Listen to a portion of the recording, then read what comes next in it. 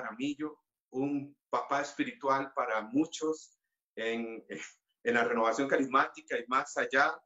El padre Diego, que desde el inicio del proyecto Timoteo siempre ha estado ahí presente, apoyándonos y orientándonos. Padre Diego, pues le damos la bienvenida. Él nos va a estar compartiendo ya esta primera enseñanza. Yo les invito ahí donde ustedes están, hermanos y hermanas, como un signo de solidaridad fraterna, de intercesión, extender sus manos hacia el Padre Diego, ahí donde están, y orar. Señor Jesús, te alabamos, te bendecimos, te glorificamos. Te damos gracias por la vida del Padre Diego Jaramillo, por el regalo, por la gracia de tenerlo aquí con nosotros.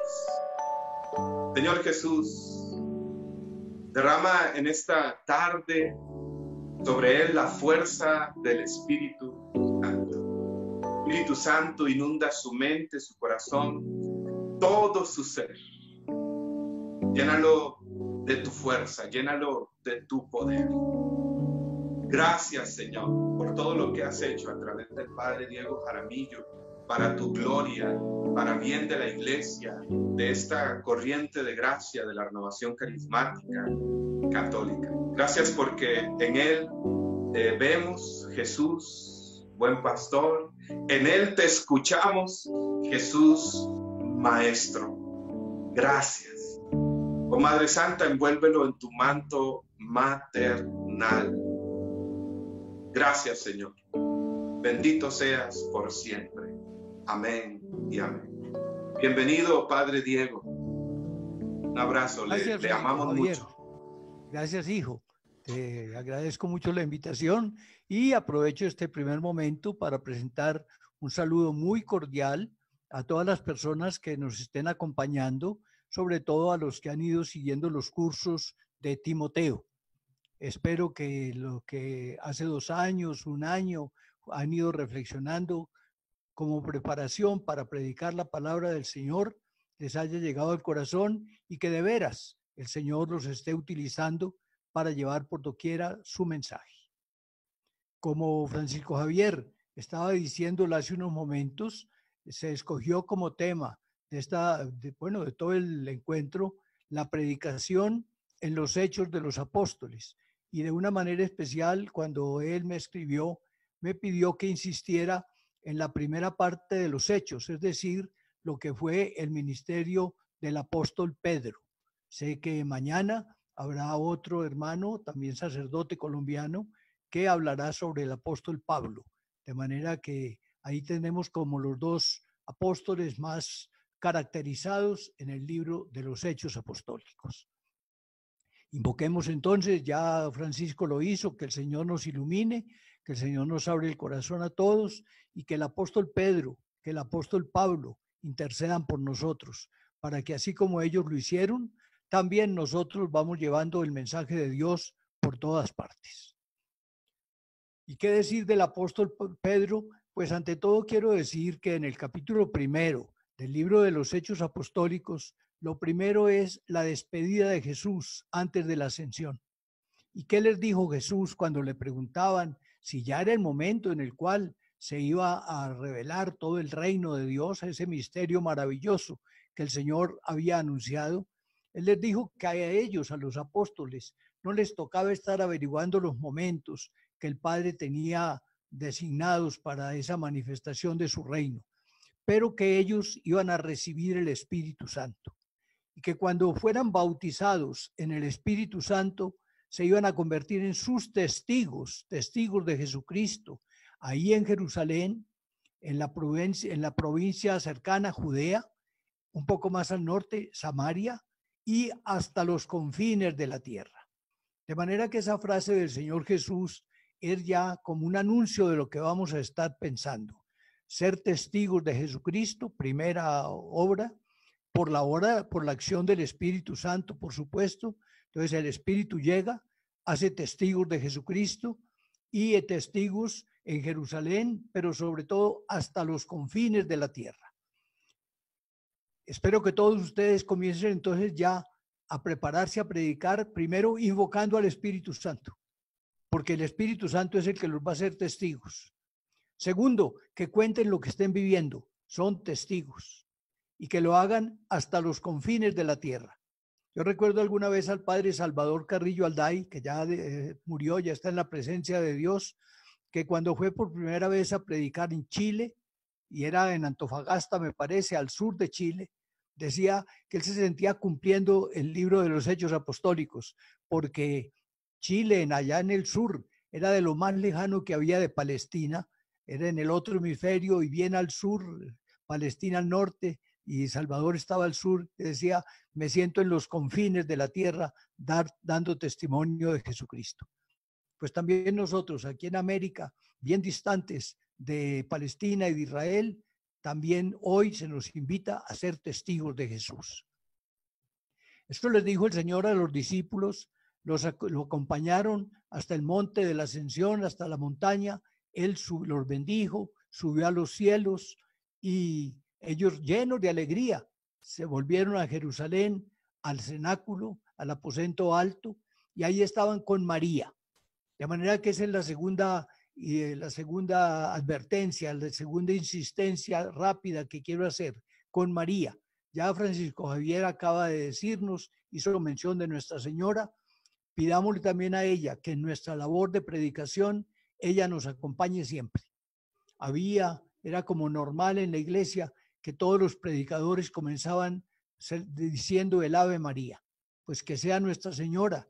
Ella fue la testigo, ella fue la discípula, ella fue la madre, ella todo para Jesús, que ella nos acompañe a nosotros y que interceda por nosotros, no solo ahora en este momento, sino siempre, para que cuando llevemos la palabra de Jesús seamos fieles a ese recuerdo maravilloso del Señor.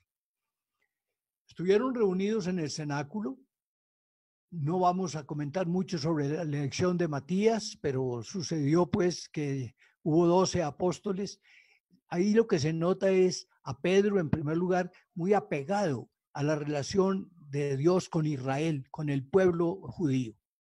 Entonces, como ellos eran 12 las tribus de Israel, como los apóstoles eran 12 y se sentarían en 12 tribus para juzgar a las tribus de Israel, pues Pedro como que le cuesta desprenderse de la tradición judía.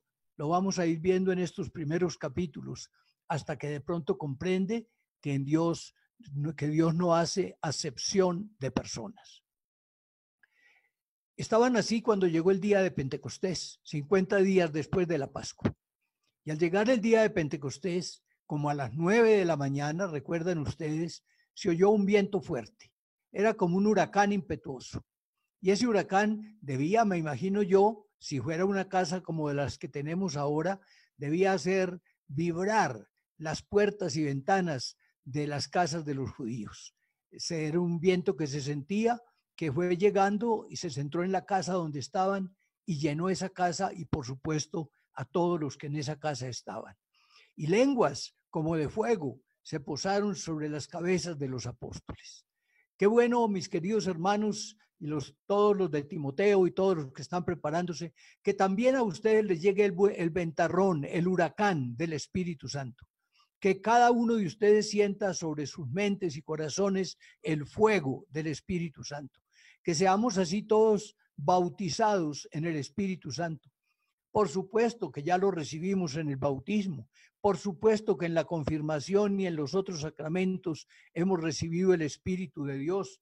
Por supuesto que el Espíritu Santo lo hemos recibido en la oración y en la lectura de la Biblia y de una manera especial cuando iniciamos nuestro camino en la renovación carismática, porque se nos habló del bautismo en el Espíritu Santo. Pero es que nosotros necesitamos todos los días el Espíritu Santo. La iglesia vive de Pentecostés, la iglesia necesita Pentecostés, de manera que ustedes, estoy viendo a uno que otro, yo ahí en las fotografías que están en la pantalla veo a Rubén Parra y veo a Miguel Horacio y veo a Orvaldo y oigo hablar de Jorge Acevedo, por supuesto, y Luis Francisco. Pero de todas maneras, que hoy sea para cada uno de nosotros un día de Espíritu Santo, un día de llenura de Espíritu Santo, que hoy nos renovemos. Recuerden lo que dice San Pablo en la 2 Corintios 5:17. Aunque nuestro hombre exterior, se va envejeciendo, claro que nos vamos envejeciendo. Yo cuando comencé a predicar tenía el cabello negro y hoy lo tengo totalmente blanco.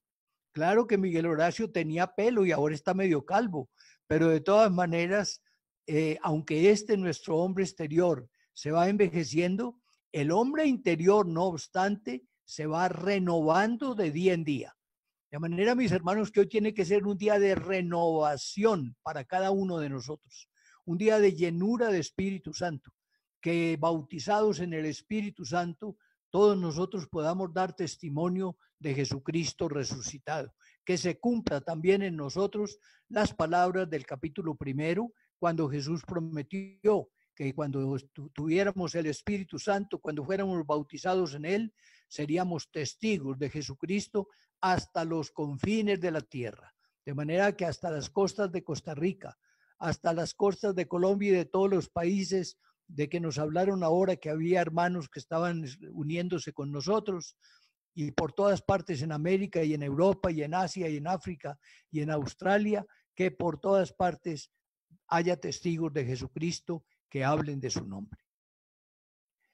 Comenzó pues el Espíritu Santo a sentirse. Llegó como una ráfaga fuerte, inmediatamente como lenguas de fuego. Se posó sobre la Virgen María y sobre todos los apóstoles y sobre los 120 que estaban allí congregados.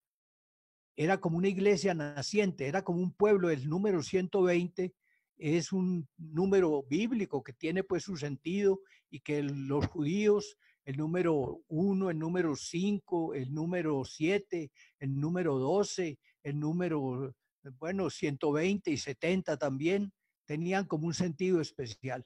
Así fue para ellos.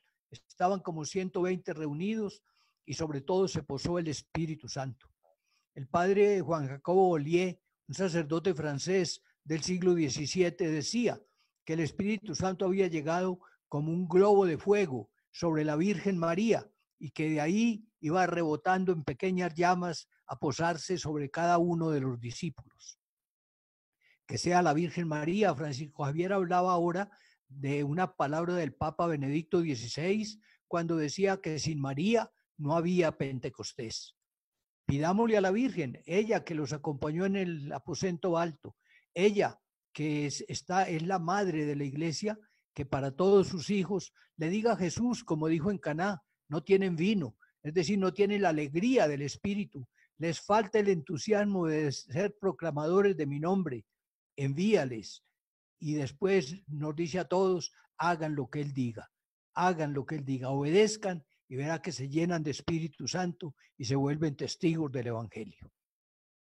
Bueno, llegó el Espíritu, ellos estaban admirados, se llenaron de gracia y de carismas, comenzaron a alabar al Señor en lenguas.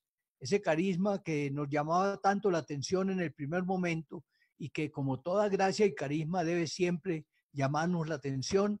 Ese carisma es un carisma de alabanza ante todo, no los mensajes en lenguas, sino el alabar en lenguas, el hablar en lenguas, es decir, usar un mensaje, un lenguaje que no es cerebral, sino que es del corazón, es emotivo, un lenguaje que expresa lo que estamos sintiendo, que expresa que no nos caben las palabras en los labios y que no somos capaces siquiera de pronunciarlas, porque hay algo que supera nuestra experiencia intelectual y que se sitúa en el mundo de la emoción, de la alegría, del sentimiento profundo. Tanto hablaban en lenguas que alguna gente decía, pero ¿qué les pasa a estos? Estamos oyéndolos en nuestra propia lengua hablando el mensaje. San Lucas aprovecha como para darnos una geografía del mundo primitivo, hablando de que había partos, medos, elamitas, habitantes de Cirene, de Capadocia, de todas partes. Es una geografía de bastantes pueblos. Pero todos ellos estaban entendiendo, no porque entendieran las palabras, y las entendían porque dicen que entendían, que hablaban las maravillas de Dios, pero si las entendían era un milagro más en los oídos de los escuchantes que en la lengua de los que hablaban. Eran ellos, Y ojalá que cuando ustedes prediquen, también el Espíritu Santo no solo los ilumine a ustedes y los guíe para que hablen la palabra del Señor, sino que abra los corazones y los oídos de todos los que escuchan para que ellos reciban el mensaje de la salvación. Hasta pensaban que estaban embriagados. Y Pedro comenzó sus palabras diciendo, no, no estamos borrachos. O él dice más bien, no están. Estos no están borrachos, como si él no contara ahí en la cuenta. No están embriagados. Son apenas las 9 de la mañana. Todavía los judíos que tenían que rezar primero la oración de la mañana en el templo, no abrían los cafetines y las cantinas para tomar café o aguardiente, sino que estaban primero en el templo. Por eso a esa hora no podían estar vendiendo licor y ellos no estaban embriagados. No están embriagados. Lo que sucede, y esa es la primera predicación grande de Pedro que ustedes quieren meditar al pensar en la predicación en los hechos apostólicos. Es el primer mensaje misional de Pedro.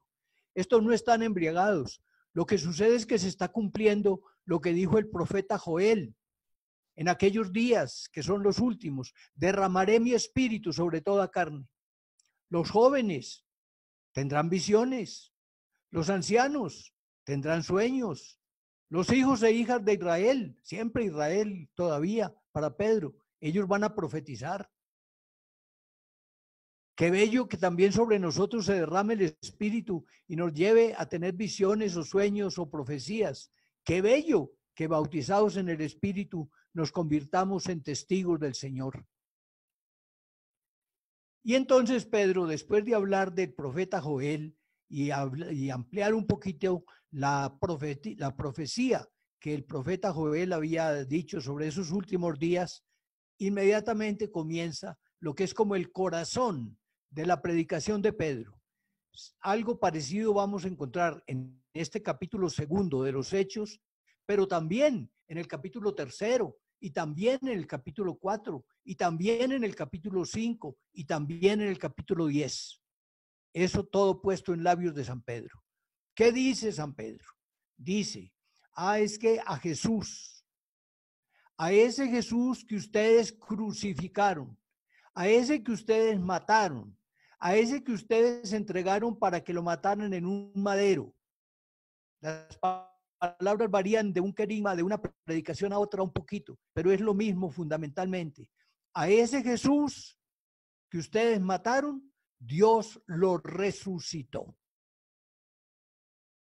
Ese binomio, esos dos palabras, muerte y resurrección, son fundamentales en la predicación de Pedro, también lo serán en la predicación de Pablo, el padre Pérez lo indicará mañana, pero sobre todo son fundamentales en la predicación nuestra, en la predicación tuya, Miguel, en la predicación tuya, Francisco Javier.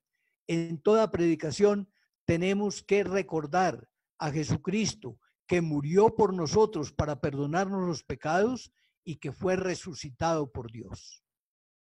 Tenemos que hablar de Jesucristo. Pedro, en estos primeros capítulos, ustedes lo irán viendo, va como ampliando más su conocimiento o su enseñanza acerca del Señor Jesús.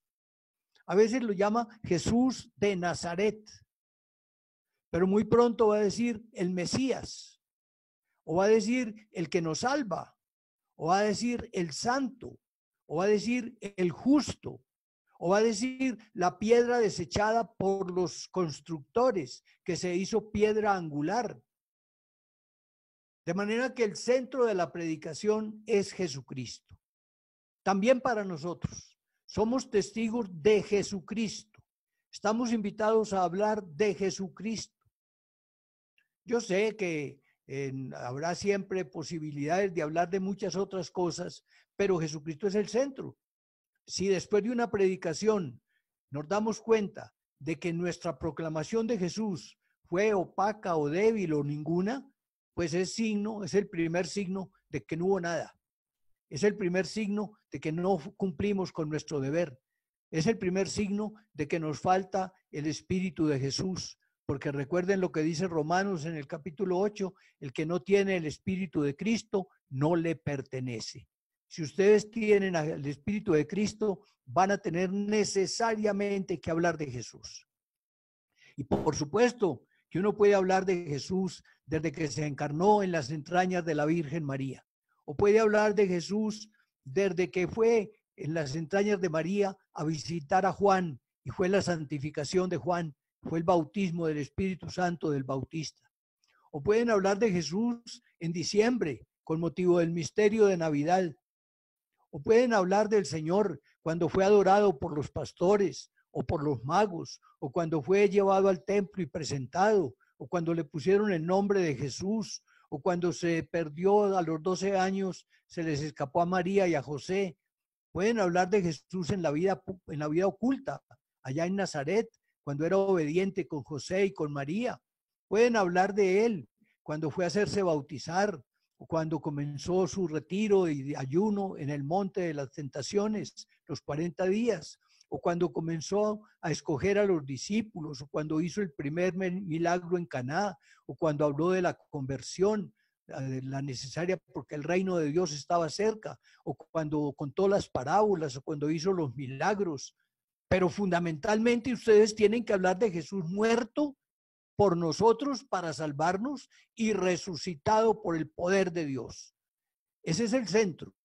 Eso es lo que los antiguos llamaron el querigma.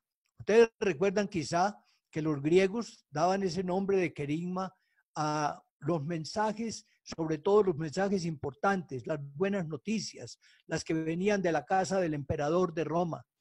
Cuando el ejército romano ganaba una batalla, iban por todas partes los mensajeros proclamando que habían vencido.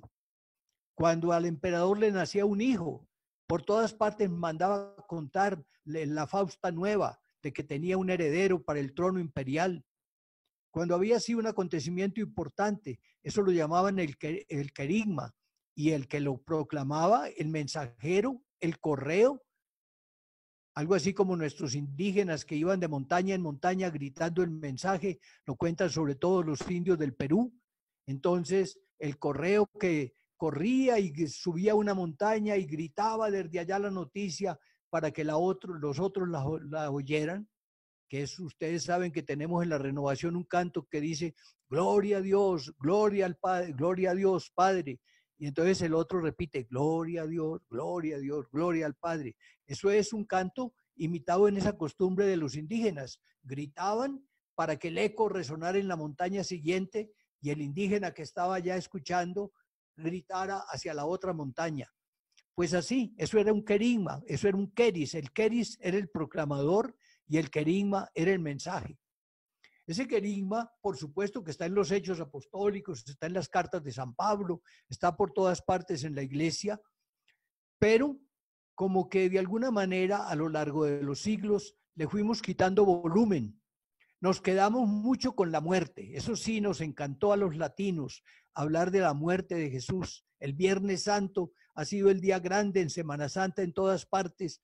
Y entonces hay las 14 estaciones del Via Crucis y los 5 misterios dolorosos del Rosario y Jesucristo en la cruz por todas partes y a veces con su cuerpo muy atormentado porque se le revela no como un hombre sino como un gusano, como dice el canto de los siervos de Yahvé en Isaías. Entonces nos encantó hablar de la muerte, pero muy poquito de la resurrección. La resurrección la celebrábamos el domingo de Pascua por la mañana y ya a descansar del cansancio de Semana Santa. No, ahora es muerte importantísima y resurrección, la corona. La resurrección es todo. Eso es lo que en la iglesia llamamos el misterio pascual, del cual la iglesia fue tomando conciencia hace un siglo. A principios, en la primera mitad del siglo XX, tomó como más conciencia. Y hacia 1950 había libros y todo el mundo hablaba del misterio pascual y el Concilio Vaticano II habló mucho del Concilio Pascual, del misterio pascual, sobre todo con una insistencia para la formación de sacerdotes y de seminaristas, que el misterio pascual de Cristo sea el que ilumine todo. Pues en ese misterio está como primera etapa la muerte. Se entregó por nosotros. Pedro va a estar repitiendo, ya les dije, en el capítulo 2, en el 3, en el 4, en el 5 y en el 10 de Hechos Apostólicos, va a estar insistiendo en que ustedes lo mataron. Ustedes se lo entregaron a las autoridades romanas. Ustedes no lo reconocieron como el Mesías, como el hombre mandado por Dios. Ustedes fueron los que hicieron eso. Ustedes lo crucificaron, colgándolo de un madero. Ustedes recuerdan que en Deuteronomio se habla de que maldito el que cuelga de un madero. Es decir, el que era crucificado para los judíos era como una maldición de Dios. Y Jesús asumió, es decir, Jesús asumió de tal manera nuestro pecado, que se hizo como maldición para él por la muerte crucificado, para salvarnos precisamente del pecado. Y al morir él en la cruz, nos redimió. Pagó nuestra redención no con monedas de oro o de plata, sino con gotas de sangre, con el raudal de su propia sangre. Por eso la muerte de Jesús tan bella, por eso la muerte de Jesús tan valedera para nosotros, tan importante para nosotros. Pablo decía que no quería conocer a nadie más sino a Jesucristo y a Jesucristo crucificado. Por supuesto que hay muchas maneras de representar la crucifixión. Hasta la Edad Media, muchas de las imágenes cristianas representaban a Jesús revestido de ornamentos sacerdotales, como si estuviera celebrando la misa, como si estuviera celebrando el acto sacrificial por excelencia y entregándose al Padre. En el siglo XII y XIII comenzó a representarse a Jesús de una manera más humana, la otra era como viéndolo desde arriba, está ofreciendo el sacrificio. Nosotros comenzamos en el siglo XII a verlo como desde abajo, cuánto sufrió por nosotros, qué flagelación tuvo, qué corona de espinas, cómo le clavaron las manos y los pies, cómo la lanza atravesó su costado. Vimos sobre todo el dolor. Después llegó una época como en el Cristo de Velázquez, que está Jesucristo en la cruz, pero está apacible, sin una gota de sangre. Está como diciendo lo que importa es que Él murió y no tanto como lo hizo. Pero ahora en el arte moderno, pues hay muchas formas y muchas maneras diferentes de expresión. Sin embargo, nos queda siempre la figura literaria del profeta Isaías que dice, no es un hombre, es un gusano. Entonces perdió su representación humana, se anonadó de tal manera por nosotros, se hizo nada. Él era de condición divina, lo dice la carta a los Filipenses de Pablo, pero se encarnó, asumió nuestra condición humana y murió por nosotros. La muerte de Cristo. Tal vez a ustedes les ha tocado, me decían al principio, le oía a Francisco Javier, que en los que están siguiéndonos, algunos son presbíteros o diáconos, o ustedes son catequistas y habrán hablado de la muerte del Señor Jesús.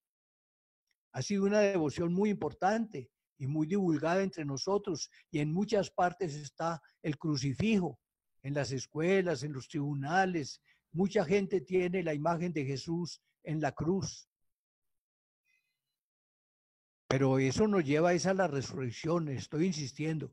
Me estoy demorando un primer momento en la cruz, y recuerden que hasta, por lo menos en Colombia, y esa fue una tradición que nos llegó del Perú, los Viernes Santo se suele predicar lo que llamamos el sermón de las 7 palabras. Antiguamente lo llamaban el sermón de las 3 horas, porque el predicador que se medía a predicar ese discurso de las 7 palabras comenzaba a las 12 del día, cuando Jesús fue crucificado, hasta las 3 de la tarde, cuando entregó en manos del Padre su Espíritu.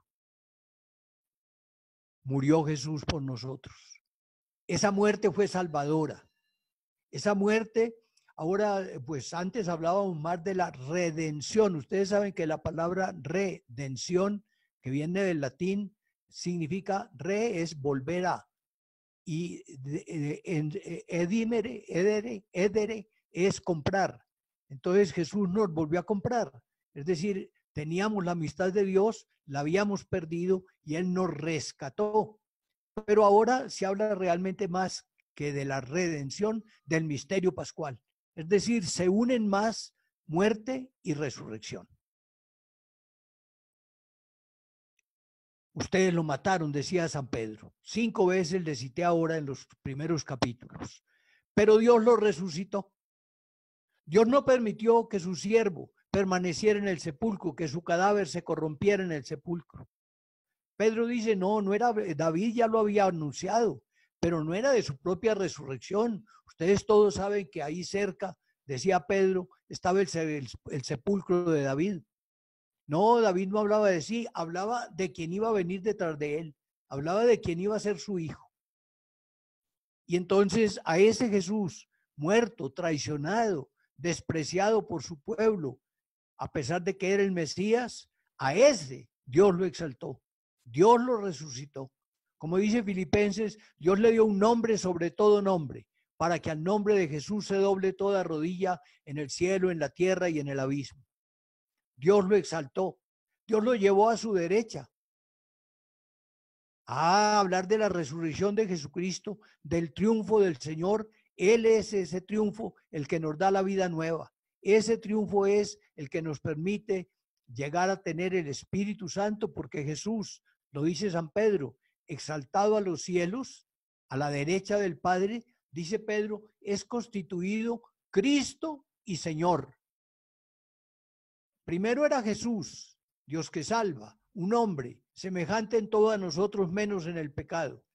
Pero al morir fue como el grano de trigo echado a tierra que surge con una nueva fuerza. Aquí se sembró cuerpo mortal, pero resucitó inmortal. Entonces, es llevado luego a los cielos y dice Pedro, es constituido Cristo y Señor. A ver, hablemos de Cristo y Señor, mis hermanos predicadores. Llenemos el mundo, como dice Pablo, tengo lleno el mundo, tengo lleno a Roma y todo el mundo de Jesucristo.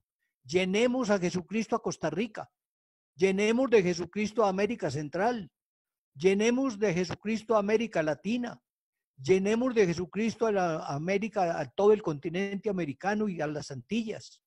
Llenemos de Jesucristo el hemisferio occidental y también el oriental. Llenémoslo de Jesucristo muerto y resucitado. Resucitó, exaltado por el Padre, colocado a la derecha del Padre. En el credo decimos, está sentado a la derecha del Padre. Cuando San Esteban predica, tiene la visión que lo lleva a morir, porque por eso lo consideran que es blasfemia y lo matan. Y dice, lo veo lo veo de pie a la derecha del Padre. De manera que estar a la derecha no es tanto que esté sentado o que esté de pie, sino que está triunfante, que está exaltado por el Padre, que es constituido Cristo y Señor.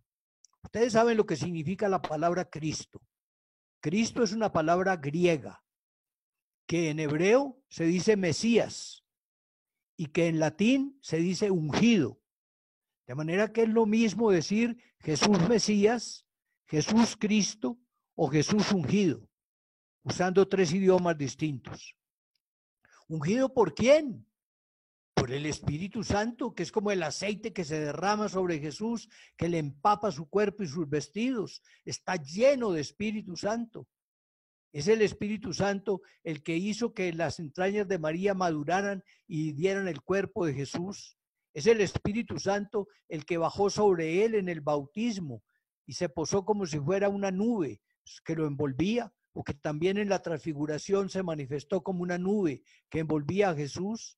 Es el Espíritu Santo. Recuerden, cuando Jesús comienza, y eso lo cuenta San Lucas en el capítulo 4, cuando Jesús comienza a predicar en la sinagoga de Nazaret, lee un texto del profeta Isaías y dice, ese texto se está cumpliendo hoy en mí.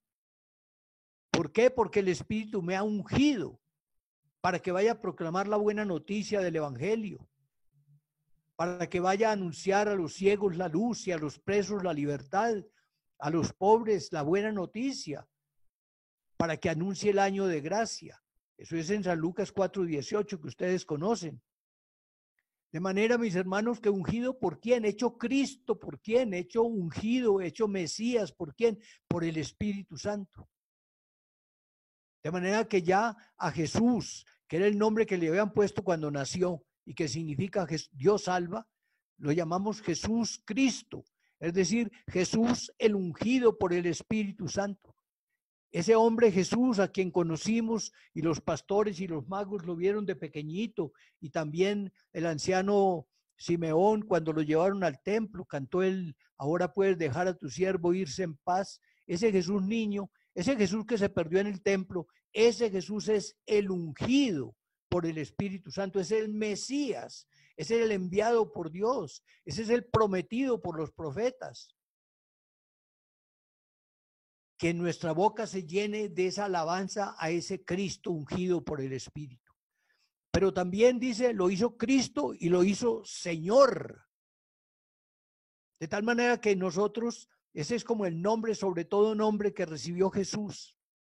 Nosotros cuando hablamos de Jesús decimos nuestro Señor. Señor era un término, una denominación, un nombre que los judíos empleaban solamente para hablar de Dios Padre. Pero los apóstoles comienzan, ya en la vida de Jesús lo habían hecho, a aplicarle a Jesús el nombre de Señor. Es decir, a decir tú eres Dios. Ese nombre tenía mucha importancia aún política para los antiguos, porque realmente entre los nacidos de carne, el Señor allá en esa época era el emperador de Roma. Tanto que cuando los cristianos comenzaron a llamar a Jesús con el nombre de Señor o el nombre de Kyrios, que era en griego, por eso le cantamos Kyrie eleison, Señor, ten piedad.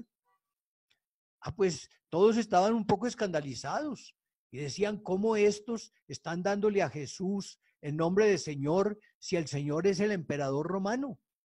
Entonces se consideraba como si fuera una traición al imperio romano, como si fuera una equivocación. Tanto ustedes recuerdan el martirio de ¿cómo llamaba? El San Policarpo. A Policarpo, que comenzó a decir que no había sino un solo Señor y que era Jesús. El gobernador romano lo llamó porque le tenía estima. Le dijo, a Policarpo, ¿qué es lo que pasa? ¿Usted por qué está diciendo que el Señor es Jesús?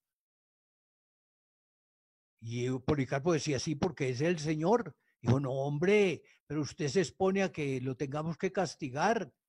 Por lo menos si usted cree eso, créalo para usted, pero no lo diga. Y Policarpo dijo, tengo ya 86 años de vida y él nunca me ha quedado mal. ¿Le voy a quedar yo mal a él a los 86 años de vejez? No, él es el único Señor. Y ustedes recuerdan que lo amarraron a un pilar y le pusieron leña y le prendieron candela.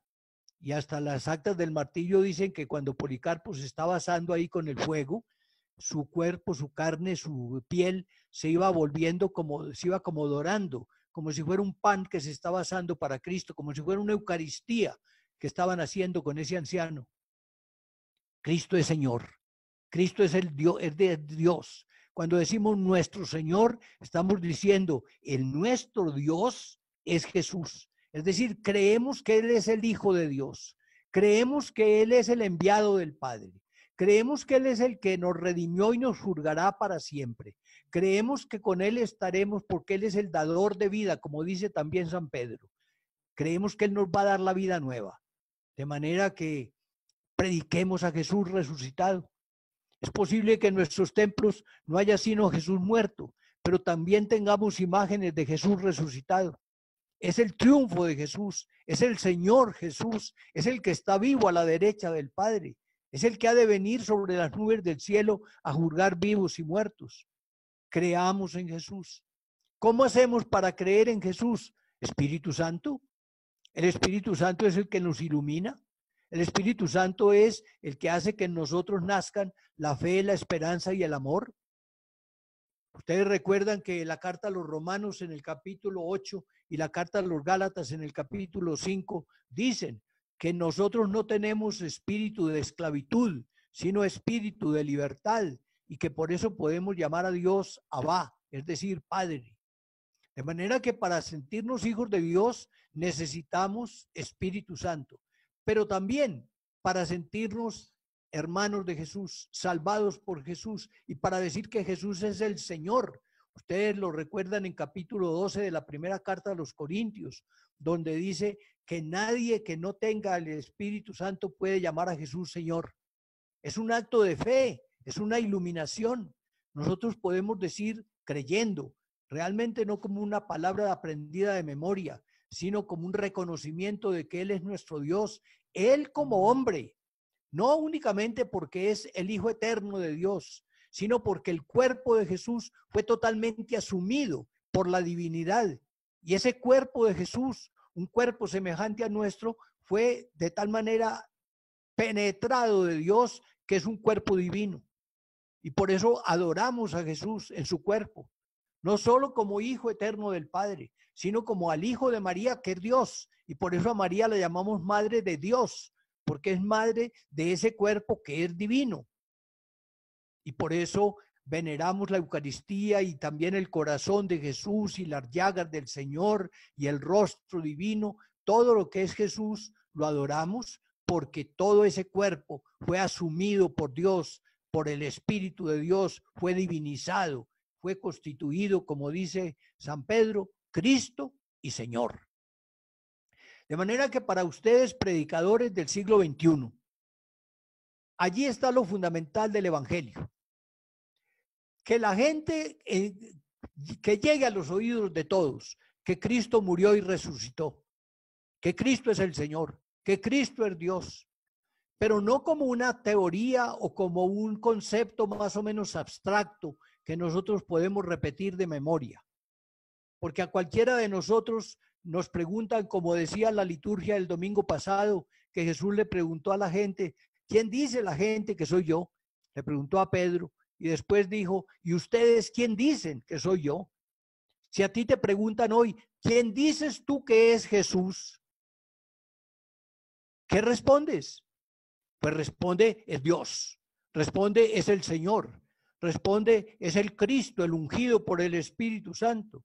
Responde, es el Hijo del Hombre para nosotros, pero realmente es el Hijo eterno de Dios y el cuerpo de Él divinizado y colocado a la derecha del Padre. Y allá ha de venir a juzgar a los vivos y a los muertos. De manera, mis queridos oyentes, mis queridos Timoteos, quiero decirles que ustedes, como predicadores del siglo XXI, hablen de Jesucristo. Llénense de Jesucristo. Que Jesús les colme el corazón. Como dice en la carta de San Pedro, crezcan en la gracia y el amor del Señor. Hay que crecer. Hoy es un día de crecimiento. Es posible que yo les esté diciendo algún matiz que tal vez no lo habían pensado, pero aunque ya lo supieran, crezcan ustedes más en amor, crezcan en fe, crezcan en entrega. No se vayan a quedar con lo que tenían. Como decimos generalmente, hoy más que ayer, pero menos que mañana. Hoy más que ayer. Hoy te amo más que ayer. Hoy creo en ti más que ayer. Hoy estoy entregándome a ti más que lo que me entregué ayer. Un día más. El día de hoy lo edifico sobre lo que hice ayer y le agrego lo de hoy. Pero hoy no es sino la preparación a lo de mañana. Hoy no estoy sino preparando la alegría que voy a tener el día de mañana. Hablar de Jesucristo. ¿Qué más dijo San Pedro? Porque me interesa que acabemos. Yo sé que el tiempo me va pasando. Me faltan como un cuarto de hora, me parece, un poco menos tal vez. Entonces, Pedro, que predicó eso, primero lo predicó el día de Pentecostés a todos los que se congregaban. En el capítulo 3 del Evangelio, recuerden que Pedro y Juan salen del templo, se encuentran con un cojo. Pedro le dice, no tengo oro ni plata, pero lo que tengo te doy. En el nombre de Jesús de Nazaret. Jesús de Nazaret, insiste en el hombre. Levántate y anda.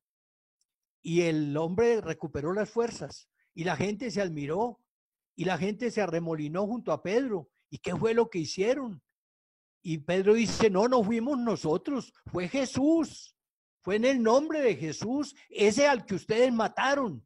Ese que resucitó. Antes la gente decía, ¿y qué hacemos cuando Pedro les hablaba de la muerte y resurrección? Pedro les decía, conviértanse, bautícense, van a recibir el Espíritu Santo, porque para ustedes y para sus hijos y para los que están lejanos, para todos es la promesa. De manera que fue un querigma que llevó a Pentecostés. Conviértanse y recibirán el Espíritu Santo. Y Pedro lo dice como si fuera solo para los judíos, para ustedes, para sus hijos y para los judíos que están lejanos. Él no dice judíos, pero como que se entiende que es para los de la diáspora. Pero va ampliando poco a poco. Pedro va comprendiendo que él no fue solo para los judíos, sino para todos los gentiles. Entonces, ahí en el capítulo 3, después de la curación,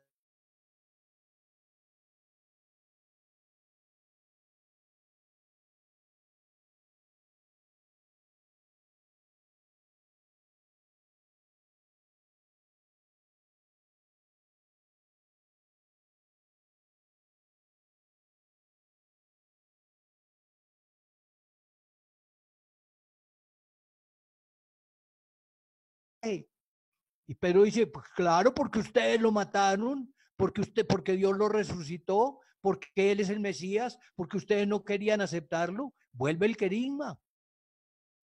En ese querigma se insiste y se insiste, pero no digamos que hasta el cansancio, pero sí hasta la fortaleza plena. ¿Y qué les dicen? Bueno, no sigan hablando de ese nombre. No sigan hablando. ¿Y ellos qué hacen? Siguen hablando. Tanto que al otro día les dicen, tienen a Jerusalén llena de ese nombre. Nos están haciendo culpables a nosotros. Los ponen al principio en la cárcel, Dios los libera. Siguen hablando, siguen hablando. Tanto que tiene que intervenir un hombre prudente que llama Gamaliel, que les dice, eso es al final del capítulo 5, que les dice a los sumos sacerdotes, oiga, mire, aquí ha habido muchos intentos de falsos mesianismos. Si esto es cosa de hombres, eso va a pasar. Pero si es cosa de Dios, cuidado, están ustedes luchando contra Dios. Les va a costar, va a ser complicado.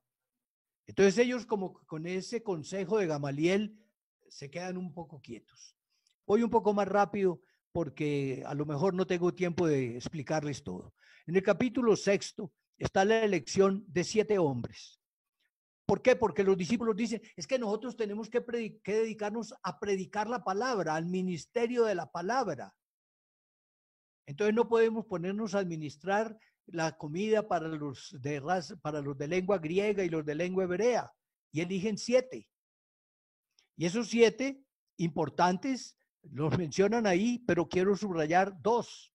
Primero, Esteban, que en este capítulo dicen que estaba lleno del Espíritu Santo, y en el capítulo 8 lo llevan ante el tribunal judío, y él allí habla primero como de la historia de Dios en el pueblo de Israel y por qué ellos se cerraban, y termina diciendo, estoy viendo los cielos abiertos y a Jesucristo, allá al Hijo del Hombre, a la derecha del Padre. Y entonces dicen que está blasfemando y lo apedrean y lo matan. Ministerio de la palabra que queda en ese ciclo primero de Pedro. Y luego el otro diácono, el segundo, decimos diácono porque ese es un nombre que se ha instaurado en la iglesia para hablar de 7 diáconos porque administraban los bienes materiales, pero no porque tuvieran necesariamente la orden de diácono, ellos debían ser como obispos y hoy también. Y entonces, el segundo es Felipe. Ustedes recuerdan que primero Felipe se va a evangelizar en Samaria. Y allá ocurre el episodio de Simón el Mago. Y tienen que llamar a Pedro y a Juan que vayan a orar por la gente porque no tenían Espíritu Santo. Que es curioso porque si Felipe los bautizaba, con el bautismo está el Espíritu Santo. Pero tal vez ellos todavía no habían captado bien, estaban como descubriendo el misterio de la salvación.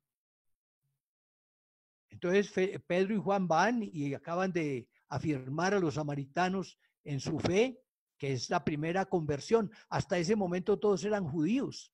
Jesús en el primer momento les había dicho, vayan hasta los confines de la tierra. Ya estamos en el capítulo 8 y apenas está llegando Felipe donde los samaritanos. Y de ahí Felipe se va y es cuando se encuentra con el etíope. Y también el Espíritu lo acerca y Felipe le explica al etíope lo que está leyendo, que es una profecía de Isaías. Felipe, sin subir al carro, le pregunta, ¿usted entiende lo que está leyendo? Y el etíope dice, ¿cómo voy a entender si nadie me explica? Entonces súbase, y Felipe lo evangeliza. Y de ahí el ángel se lo lleva a otra parte y después termina Felipe en Cesarea, donde lo encuentra Pablo cuando vaya hacia Jerusalén en el último viaje. Felipe y Esteban, otros dos evangelizadores, pero sigamos con Pedro, que es el personaje importante. Pedro, tal vez desanimado al ver que mataron a Santiago, dice, se fue a otro lugar, dice el libro de los Hechos, pero comienzan la persecución y hasta lo meten a Pedro en la cárcel, pero el ángel lo libera. Pedro va a la casa de Juan Marcos y de su mamá, llamada también María, les dice que está libre, pero después, antes de que lo vuelvan a aprehender, se va a otro lugar. Y vuelve a aparecer Pedro con el episodio de los capítulos 11 y 12 ya de Cornelio. Recuerdan que Pedro está en Jope. Antes había curado a un cojo que llamaba Eneas y resucitó a una mujer llamada Dorcas o Tabita o Gacela, como es traduciendo al español. Y está Pedro en Jope hacia mediodía y tiene una visión y ve que del cielo baja una sábana llena de carnes de distintos animales y que le dice, levántate, mata, come. Y Pedro dice, no, esas son carnes impuras para un judío, ¿cómo se le ocurre que yo voy a fallar? Y la voz del cielo le dice, no llame impuro, no llame profano a lo que Dios ha santificado. Eso por 3 veces.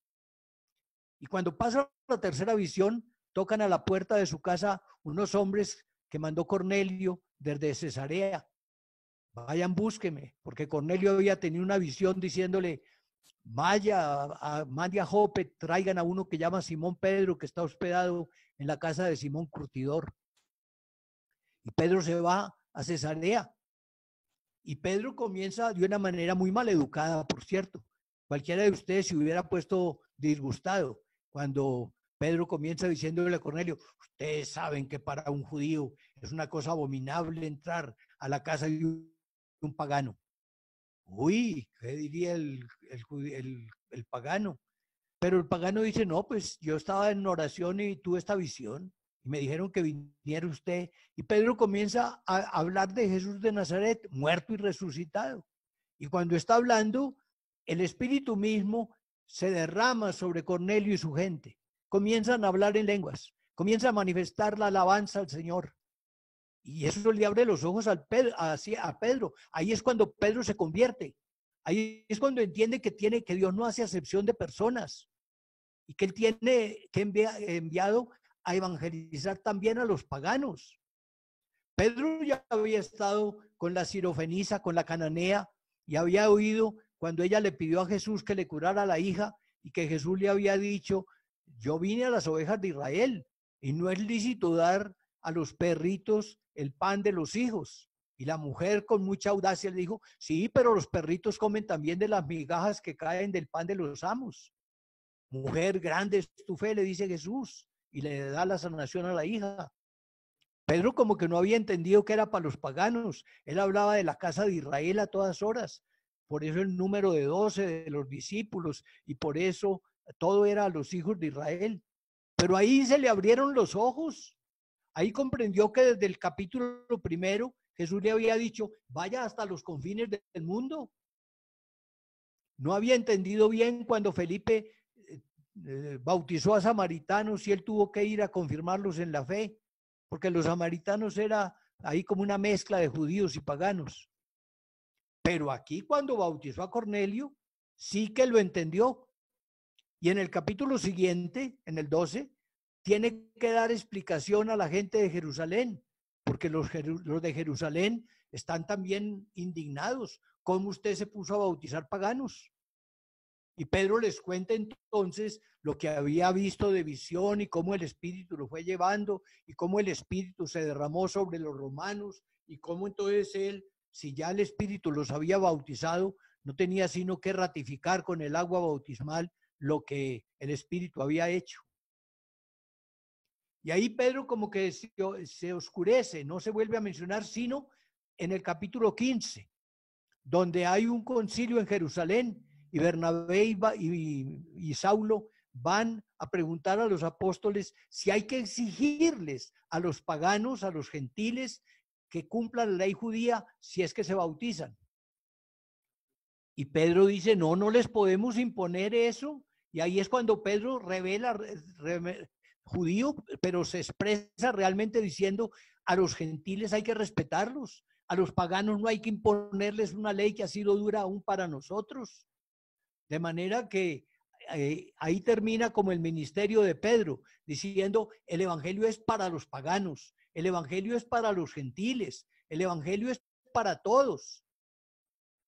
Después, por la tradición cristiana, sabemos que Pedro va y muere después en Roma, se supone hacia el año 67, que lo crucifican cabeza abajo.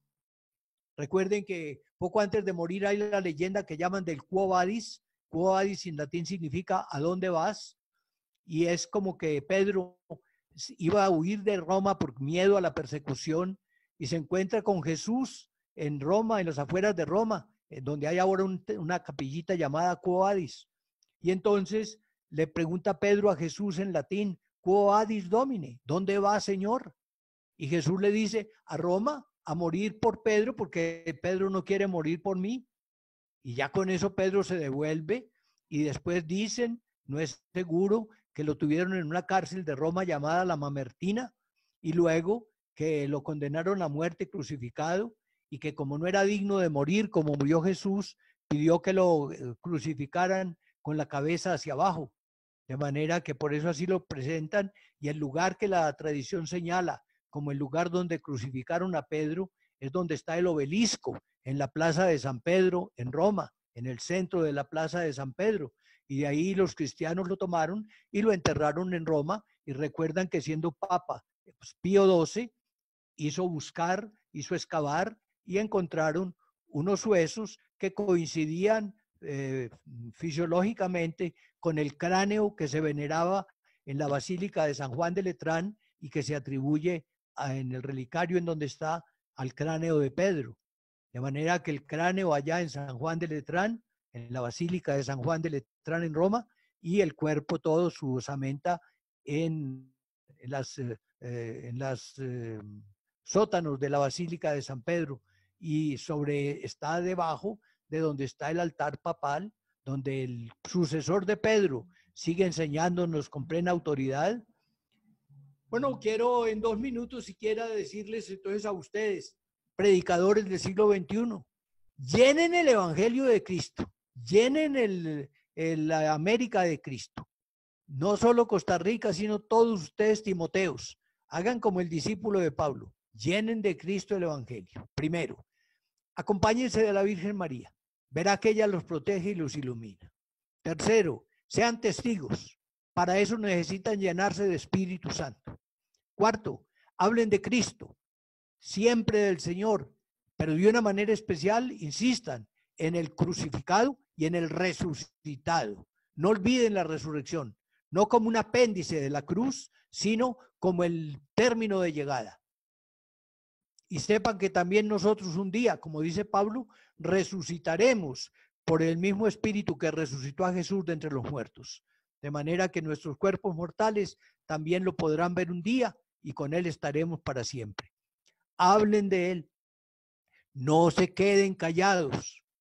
Recuerden todas las veces, yo las tenía por ahí subrayadas, pero no quise leer nada, sino hablarles espontáneamente y comunicarme con ustedes. Hablen no dejen de hablar, no dejen de enseñar, no dejen de llenar la doctrina en cada catecismo que den, en cada predicación, en cada homilía, en cada escrito, por la radio, por la televisión, ahora virtualmente, usen el internet, pongámonos al día, de manera que de todos los medios y que en todo y en todos ustedes esté siempre Jesucristo. Que Dios me los bendiga, les mando un abrazo muy cordial, me encantó ver a unos en la pantalla y a todos ustedes, ojalá que no se me hayan dormido, pero de todas maneras, si acaso están medio adormecidos, resuciten, levántense como Jesucristo se levantó de la muerte. Francisco Javier, están cumplidos tus deseos. Padre Diego, que un abrazo grande, muchas gracias y como siempre, gloria a Dios por esta cátedra, por esta enseñanza de la predicación en San Pedro, en los Hechos de los Apóstoles, pues mirando al apóstol Pedro. Muchas gracias, Papá Diego, como le decimos muchos en el continente, con cariño. Un abrazo grande de todos los Timoteos, de todos los de Irrefrenable Misericordia, en fin.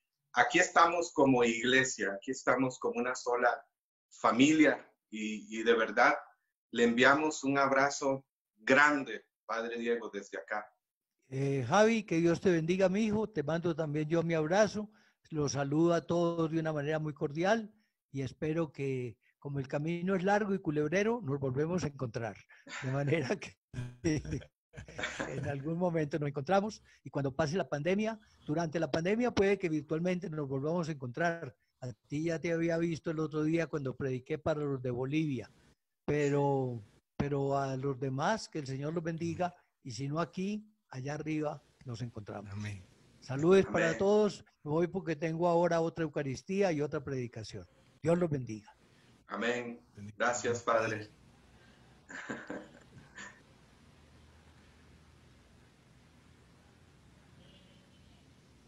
Gloria a Dios, mis hermanos y hermanas.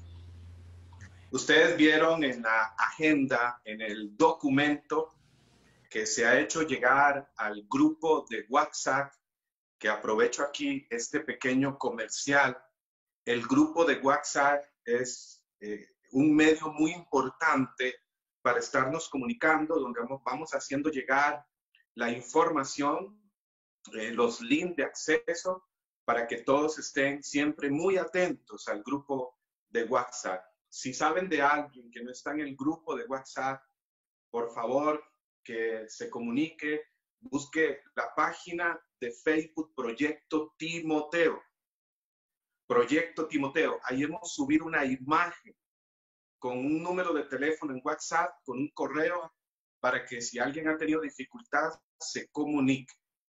Hemos hecho los esfuerzos humanos posibles, ¿verdad? Esta experiencia virtual en un seminario internacional para Timoteo también es nueva y también para muchos de nosotros.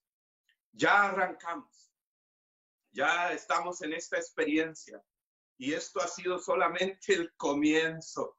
Esto solamente ha sido el inicio de este acontecimiento, de este tiempo de Dios. En la agenda que se les hizo llegar en un documento en PDF, encontraron o leyeron sobre la imagen del padre Raniero Cantalamessa unas palabras de él, específicamente las dijo el 8 de junio del 2019 en la apertura de Caris, este organismo de servicio, nuevo organismo de servicio de comunión para todas las expresiones y realidades carismáticas de la iglesia del mundo entero, querido por el Papa Francisco. En este tiempo de especial unidad. Y ahí encontrarán estas palabras que el padre Raniero Cantalamessa, dentro de una gran enseñanza que dio ese 8 de junio, que la encuentran en internet de esta manera, Renovación Carismática Católica, Corriente de Gracia, 8 de junio del 2019, padre Raniero. Y decía estas palabras proféticas. En ninguna otra época hemos estado más cerca de volver a los hechos de los apóstoles, a los apóstoles. A aquellos les tocó evangelizar, anunciar el nombre de Jesús, como bien lo decía el padre Diego Jaramillo, en el mundo precristiano. A nosotros, al menos en Occidente, decía el padre Raniero, nos toca evangelizar el mundo postcristiano. Y yo siento que en este tiempo, por eso esta temática, el Espíritu Santo está llevando a la iglesia a volver a su esencia. Eso es volver a los hechos de los apóstoles. Y en una ocasión escribía: la iglesia volverá en estos tiempos a los hechos de los apóstoles. Es decir, no a la época, aquella ya pasó. A aquellos les tocó evangelizar una época determinada, unos retos muy específicos, aquel mundo precristiano, decía el padre Cantalamessa. Volver a los hechos de los apóstoles, no a la época, sino a la esencia, hoy en este tiempo. ¿Y qué significa esto? Yo creo que significa lo siguiente: ser una iglesia de apóstoles con hechos, de hechos con espíritu, del espíritu de Jesús, del Jesús del evangelio de Jesús. La esencia es Jesús. Y quizás ya el Padre nos ha dado una gran enseñanza. La esencia de la predicación de Pedro, viene a mi mente aquel texto de Hechos 4:12.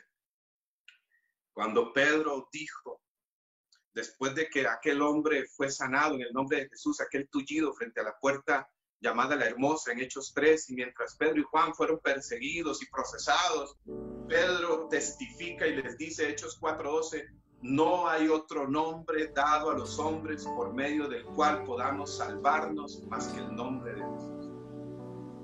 Yo les invito en este momento unos minutos solamente. No importa que nos pasemos un poquito del tiempo determinado. Tenemos una agenda, pero siempre vamos abriéndonos al Espíritu. Y el Espíritu que siempre nos sorprende también genera una armonía, genera un orden. Yo les invito unos minutos, después de escuchar esta palabra, a hacer la vida en nuestra vida y sobre todo proclamar el señorío de Jesús en nuestra vida, el nombre de Jesús en nuestra vida. Cuando uno proclama el nombre de Jesús, me gusta decir que uno proclama tres cosas, tres realidades. Cuando proclamamos el nombre de Jesús, tenemos que tener certeza y convicción de esto. El nombre indica la persona. Cuando decimos Jesús, estamos afirmando, Él está aquí. Él está con nosotros. Donde dos o más se reúnan en mi nombre, ahí estoy yo. Aún así, ahí donde estás, proclamar el nombre de Jesús es afirmar, Él está conmigo, Él está con nosotros. Dos, proclamar el nombre de Jesús es proclamar su señorío en nuestra vida. Él es mi Señor, Él es mi Salvador, como decía Pablo en Filipenses 3:8. Todo es pérdida en comparación con Cristo Jesús, mi Señor. Tres, cuando proclamamos el nombre de Jesús, estamos proclamando su reinado, su poder, su autoridad, porque como dice Pablo en Filipenses 2, del 9 al 11, su nombre está sobre todo nombre.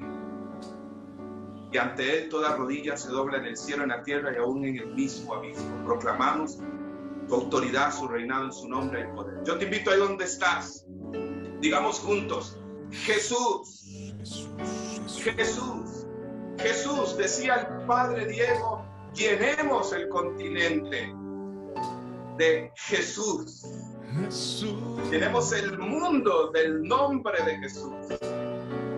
Proclama el nombre de Jesús primero en tu vida, en tu ministerio, como laico, como casado, como esposo, esposa, como padre, como servidor, como sacerdote, como diácono, como religioso, religiosa. Proclama el nombre de Jesús. Jesús. Jesús. Jesús. Digámosle juntos. Qué belleza tiene tu nombre, Jesús, mi Rey. No hay mayor poder que nombrarte, Jesús. Decimos, qué belleza tiene tu nombre, Señor. Qué belleza tiene tu nombre. Jesús mi Rey. Jesús mi Rey. No hay mayor poder. No hay mayor poder que nombrarte. Jesús, Jesús, Jesús,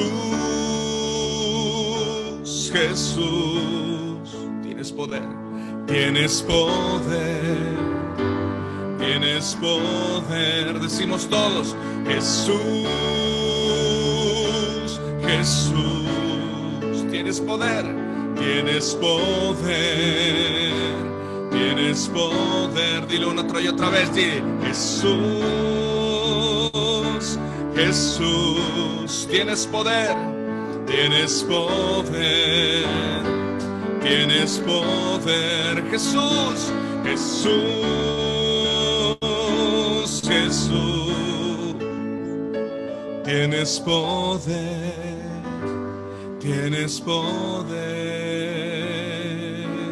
Ahí donde estás, yo te invito, no sé si lo has hecho antes, quizás es algo nuevo para ti. Levanta tus manos, no por levantar, sino como un gesto externo de una actitud del corazón, proclamando que Él es el Señor, proclamando su nombre. Levantamos nuestras manos, rindiendo nuestras vidas a Él, todo lo que somos, lo que hacemos. Proclama, Jesús, el poder del nombre de Jesús en tu vida, en tu familia, en tu corazón. Tu nombre tiene poder, Jesús. El cielo baja a la tierra. El cielo baja a la tierra cuando entonamos tu nombre.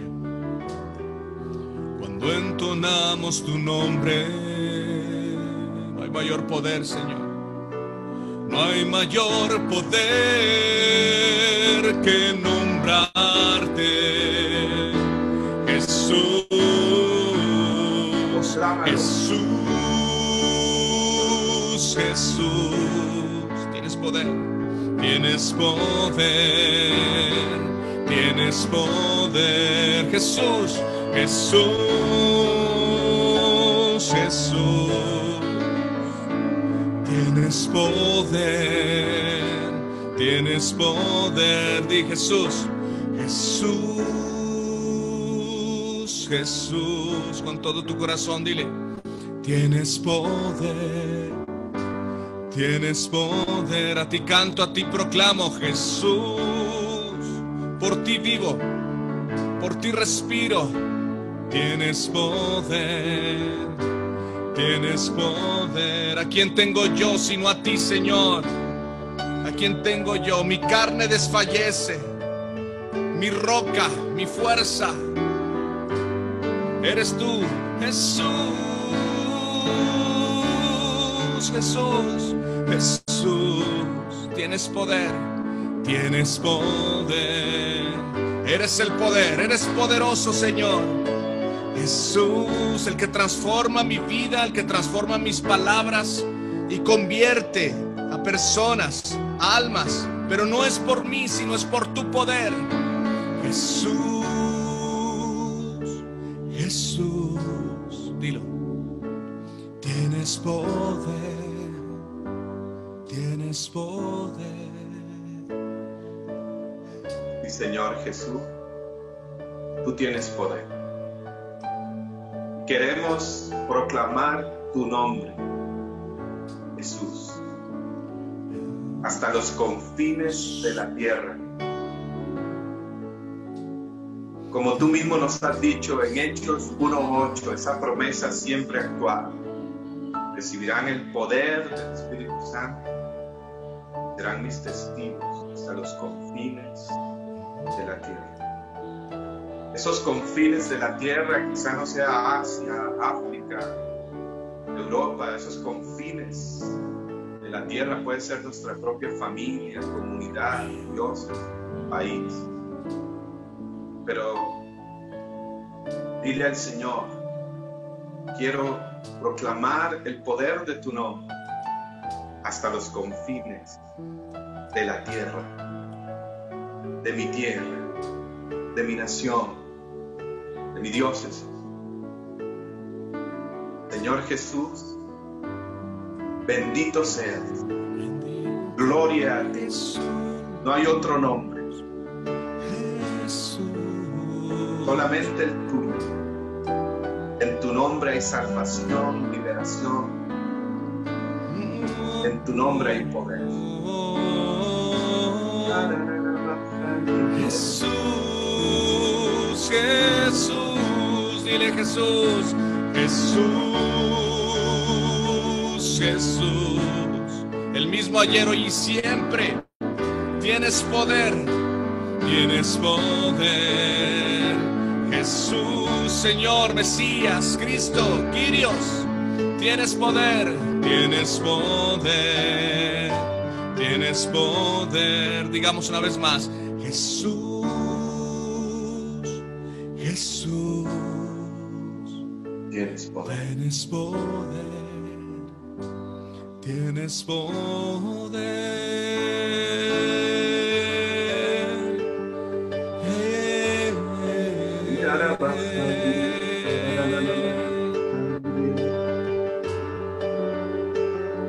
Adora, sin límites, no con reservas, sin reservas. A ti, Jesús, te adoro, a ti, Rey. Gracias, Señor Jesús. Gracias por lo que estás haciendo. Gracias, Señor. Gracias, Padre. Gracias porque desde ya muchos están viviendo una efusión del Espíritu Santo, un bautismo del Espíritu Santo. Este seminario. Gracias, Jesús. Gracias, Jesús. Amén. Amén. Bendito sea. Gloria a ti. Amén, di amén, amén. Oh, amén. Jesús mío, amén. En quien se consuma todo, en quien tiene principio todo. En el nombre de Jesús, mi Dios, mi Rey, mi roca. Gloria a ti, Señor. Amén. Amén. Gloria a Dios. Muy bien, mis hermanos y hermanas. Hemos llegado ya al final de este primer bloque. Indicación importante, son Costa Rica 4:10 de la tarde. Volvemos en 1 hora y 50 minutos. 1 hora y 50 minutos para el segundo bloque de hoy.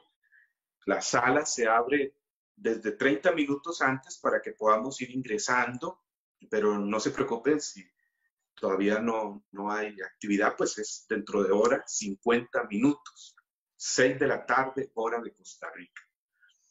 Entonces, en hora 50 minutos regresamos, recuérdelo, la sala se abre, vamos a pasar igual el link en los grupos de WhatsApp.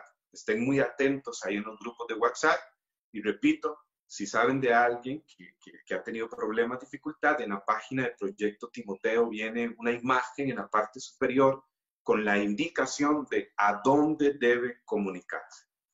A veces lo más difícil de los seminarios virtuales pues es esto, es el arranque, pero ya estamos en esta barca, ya nos subimos a la barca, así que a remar mar adentro, amén, a remar mar adentro. Y bueno, estas serían las indicaciones esenciales.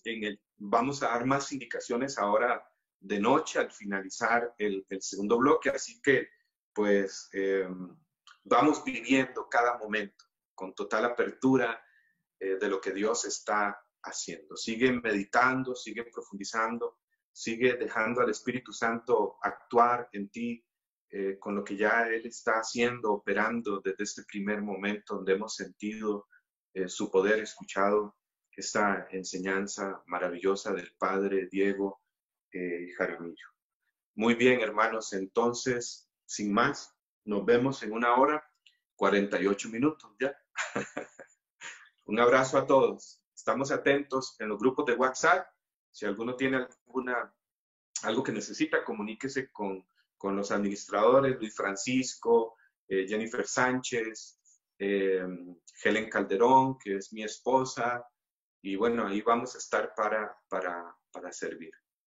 Gloria a Dios. Nos vemos en un momento. Va a estar con nosotros Ralph Martin y el padre también Jaime Pérez desde Colombia. ¿No? Va a estar maravilloso, como ya lo hemos vivido. Nos vemos.